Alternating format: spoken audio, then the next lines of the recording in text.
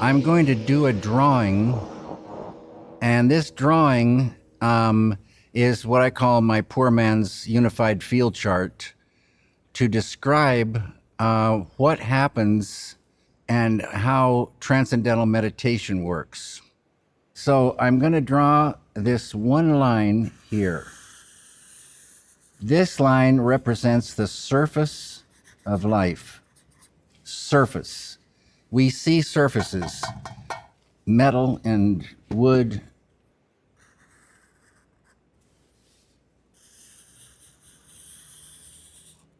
This side of this line we call matter, and this side we'll call mind. Mind and matter. They say about 300 or 400 years ago, these people called scientists, they wanted to know what this matter was.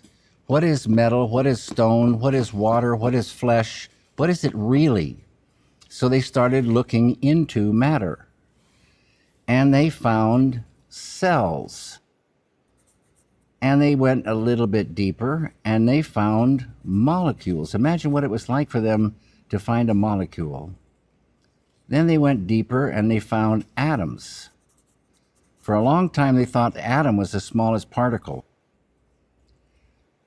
They went deeper and deeper and till they found what they call the elementary particles, the smallest particles in manifestation. All these subatomic particles in here, bosons, hadrons, whatever all, quarks. They found 4 forces that act upon these particles. 4 forces. And on a deeper level, they found that these 4 forces became 3. These 2, electromagnetism and the weak force, united. And on a deeper level, they found the 3 became 2. Gravity and the unity of these things, rather. Grand unification. In the 1970s, modern science, quantum physics, discovered the unified field. The unity of all the particles and all the forces in manifestation. Unified field. Oneness. And this field is unmanifest. Unmanifest. There is no manifestation in this field. It is a field of no things. Yet, even our scientists say that everything that is a thing has emerged from this field in a process they say is spontaneous sequential symmetry breaking, implying that this field is perfect symmetry. Ancient Vedic science has always and forever known about this field. And they say it is a field of pure consciousness. Self-referral, pure consciousness.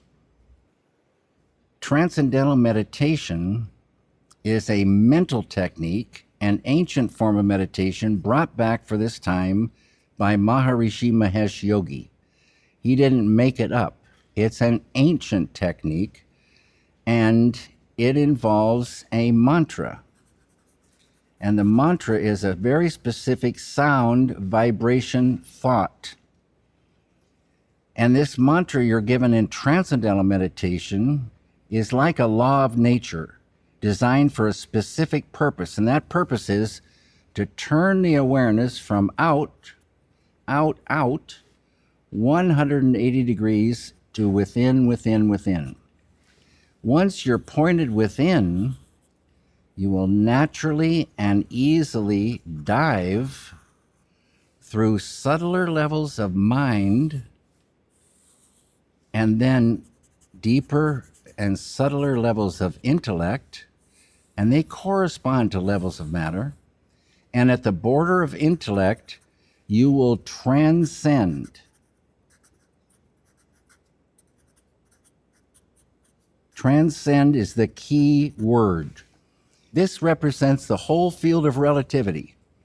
You'll go beyond the field of relativity and experience non-relative absolute. This field is eternal. It is unbounded. It is infinite. It is immutable, and it is immortal. It's for always and forever been there. It never had a beginning. It's there now, and it will be there forever.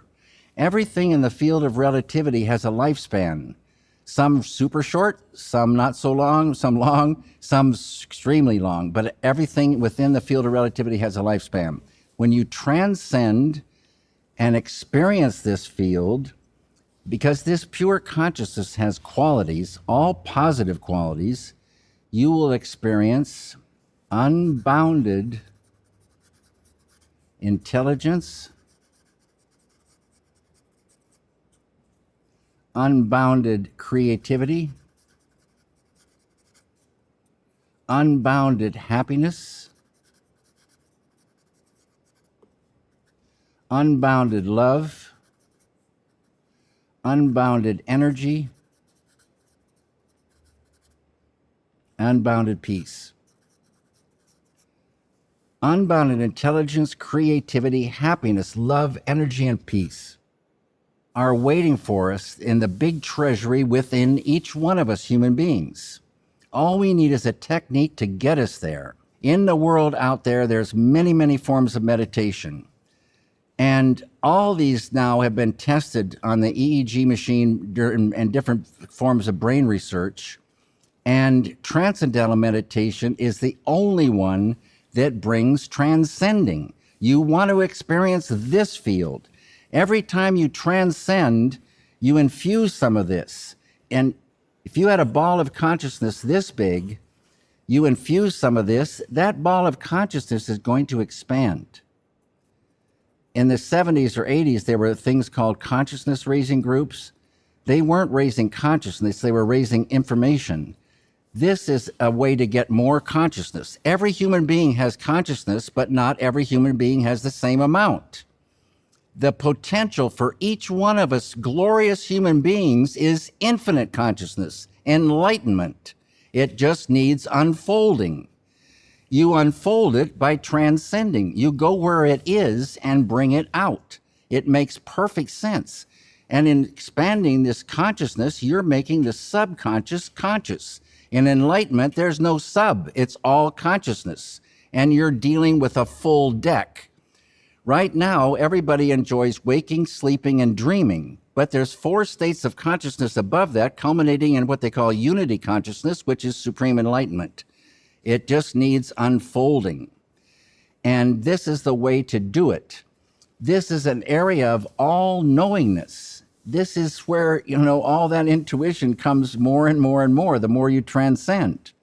In Transcendental Meditation, you practice this technique 20 minutes in the morning, 20 minutes in the afternoon, and then the rest of the time you go about your business and watch things get better and better and better. The side effect, there's a side effect to expanding consciousness. And the side effect is negativity begins to recede, evaporate, go away. They say negativity is just like darkness. And you say, what is darkness? And you look at it and it's nothing. It's just the absence of something. You can't go down to the store and buy a dark bulb, turn it on and the room gets dark. Darkness is the absence of light. You ramp up this all positive and automatically negativity will go just like darkness goes in sunlight or with an incandescent light. Automatically without trying. Things like stress. This world is stressed like crazy these days. Post-traumatic stress. So traumatic stress, it saves the vets suffering from traumatic stress. Anxieties, tension, depression,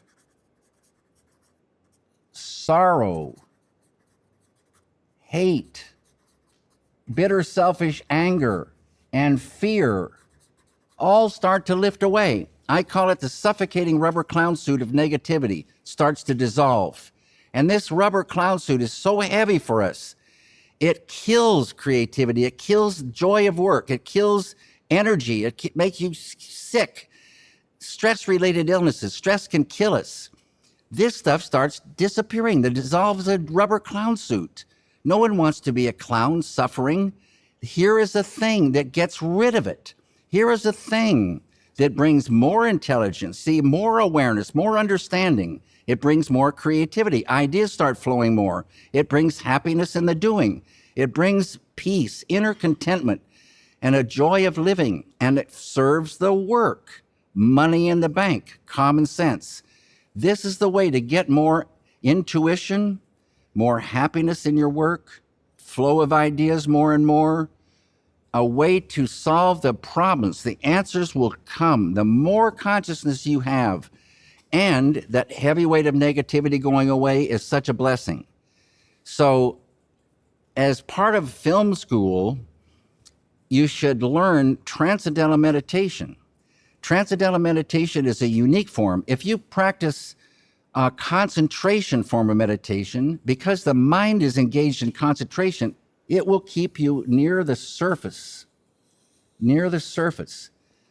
Maybe there's some benefit, but you're not transcending. Contemplation form of meditation, like watching your breathing or smelling the roses, that's a nice thing, but you're not going to transcend. So you want a thing that gets you to the treasury, to the real thing, and infuse that and grow in that, and you'll never, ever, ever be sorry.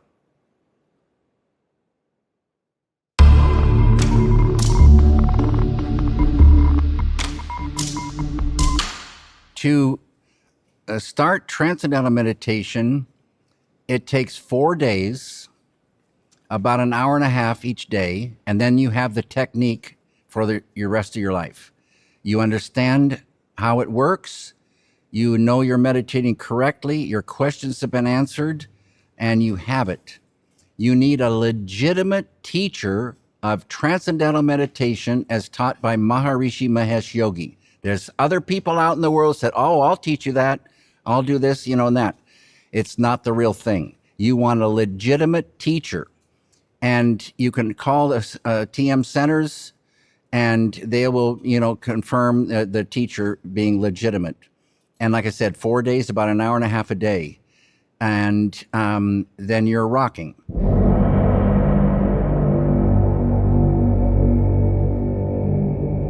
I wasn't so self-assured. I was creative, but I wasn't self-assured. And in this business, you'll get steamrolled, you'll get killed.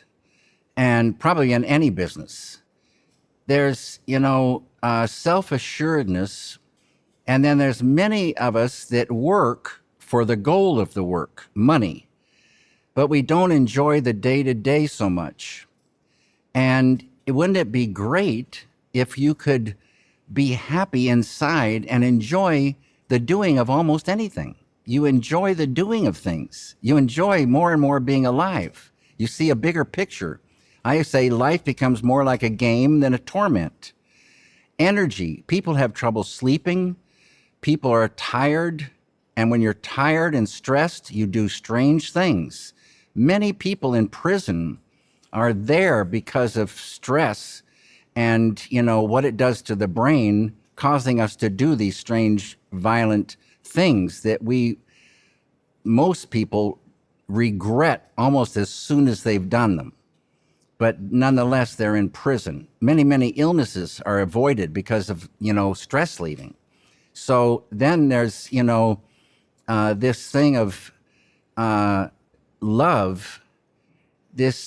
People start looking better. They start looking friendlier, and you see, more of loving all diversity. It's like you start loving, all people, and it's really, really beautiful. And understanding people more and more, it causes much, less conflict.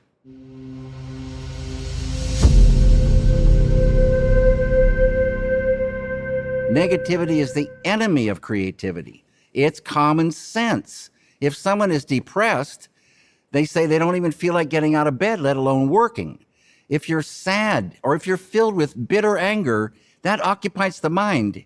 Maybe you do angry paintings. So what? You know, it's like you'd be doing, you know, you could do angry paintings, but be happy in the doing. But they take it out on everybody around them. They poison the environment. They poison themselves.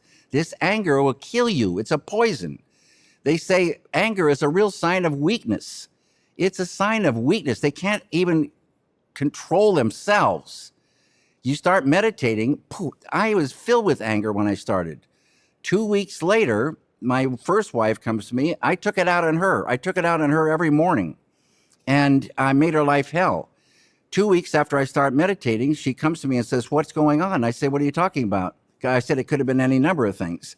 And so then she said, "This anger, where did it go?"